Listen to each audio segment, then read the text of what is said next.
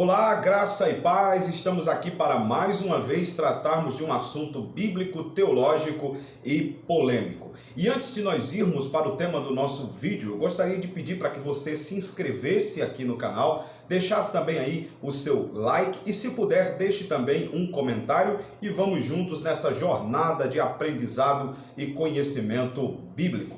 O tema do vídeo de hoje é este: devemos guardar o sábado porque a Bíblia ensina que a guarda do sábado é um mandamento perpétuo.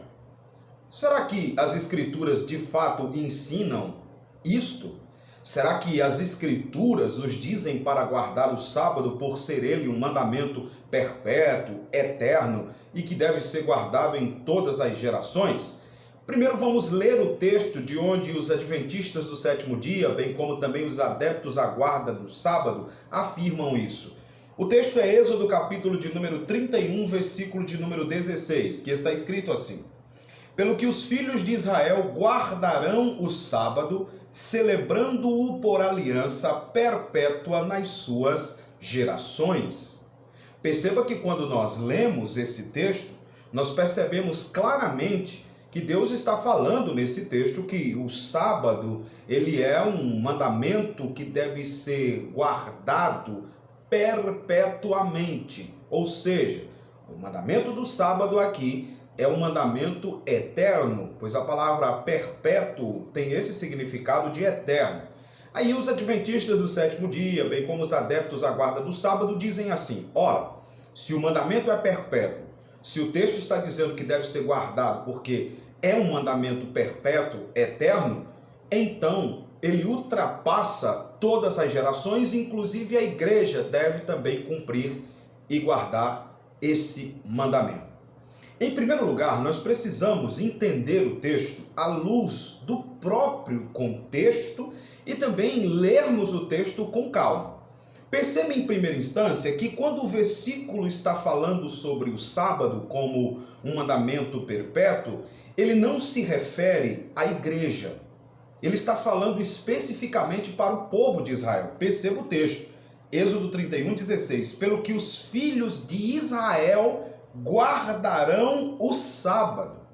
Então, o próprio versículo está especificando para quem é a guarda do sábado. Para os filhos de Israel, para aqueles que estiveram no Egito e que foram libertados do Egito. No primeiro vídeo nós falamos sobre isso. E aqui o texto segue a mesma linha. Os filhos de Israel guardarão o sábado. E aqui é uma referência, obviamente, à nação de Israel, e jamais esta referência é uma referência à igreja do Senhor Jesus Cristo. Então já começamos por aqui. Uma outra coisa que nós precisamos entender e definir, fazendo uma exegese correta do texto, é a palavra perpétuo ou eterno aí no texto. A palavra perpétuo, eterno, vem da palavra hebraica olam. E essa palavra olam, perpétuo, eterno, nós sabemos que ela possui dois significados. Vejamos então, de acordo com as maiores autoridades da língua hebraica, os dois significados que a palavra olam, perpétuo, eterno, ela possui. Vamos lá. Em primeiro lugar, olam tem o significado de eterno apenas em relação a Deus, pois somente Deus é eterno na sua essência, isto é, ele existe por si mesmo, é incriado e é autoexistente. Deus é atemporal, Deus não está limitado a este tempo. Nunca houve um tempo em que Deus não existe. Dito isso, Deus é eterno. Então esse é um primeiro significado da palavra eterno, quando se refere a Deus, falando sobre o atributo da eternidade de Deus. Mas olam, eterno, perpétuo, possui também um outro significado, de acordo com essas autoridades na língua hebraica. E o outro significado é que olam trata também do ponto de vista temporal, ou seja, das coisas que estão dentro do tempo, que tem um sentido de um tempo determinado e limitado. Pois como fora dito anteriormente, é o que nós acabamos de dizer, somente Deus é eterno e é essencialmente eterno. Tudo que foi criado por Deus é contingente e por isso é limitado. O tempo foi criado por Deus e o sábado, bem como a sua observância, estão dentro do tempo e, portanto, têm um prazo de validade. Não são eternos. Então você percebe aqui os dois significados da palavra olam, perpétuo, eterno. O primeiro significado com referência a Deus significa que Deus é eterno em sua essência. O segundo significado da palavra eterno é do ponto de vista temporal, ou seja, as coisas que estão dentro do tempo, que tem um tempo determinado, limitado e que tem prazo de validade. Como o sábado está dentro do tempo, logo o sábado tem um prazo de validade. E nós sabemos que esse prazo de validade do mandamento da guarda do sábado, ele se encerra na cruz de Cristo. Na cruz de Cristo fora abolido ali a lei dos mandamentos. Nós temos isso escrito no capítulo de número 2 da carta de Paulo aos Efésios, que você pode ver aí na sua Bíblia e eu vou aqui ler para você. Efésios, capítulo de número 2, nós temos aí essa verdade no texto bíblico. Efésios, eu vou ler para você aqui. Efésios, capítulo de número 2. Veja o que está escrito no versículo de número 14 e 15. Porque ele, se referindo a Jesus, é a nossa paz, o qual de ambos os povos fez um, e tendo derrubado a parede de separação que estava no meio, a inimizade, aboliu na sua carne a lei dos mandamentos na forma de ordenanças, para que dos dois criasse em si mesmo um novo homem, fazendo a paz. E o versículo 16 diz: e reconciliasse ambos em um só corpo com Deus, por intermédio da cruz, destruindo por ela a inimizade. Então, esse perpétuo, se referindo ao sábado, ele dura até a cruz de Cristo. Do ponto de vista temporal, o sábado eterno tem um prazo de validade e durou até a cruz de Cristo, porque na cruz Cristo desfez a lei dos mandamentos, que consistia apenas em ordenanças. Agora vamos para mais um argumento de defesa, mostrando que esse pensamento de que porque Êxodo 31:16 mostra o sábado como mandamento perpétuo, deve ser guardado por todas as gerações. Vamos observar algo bastante interessante.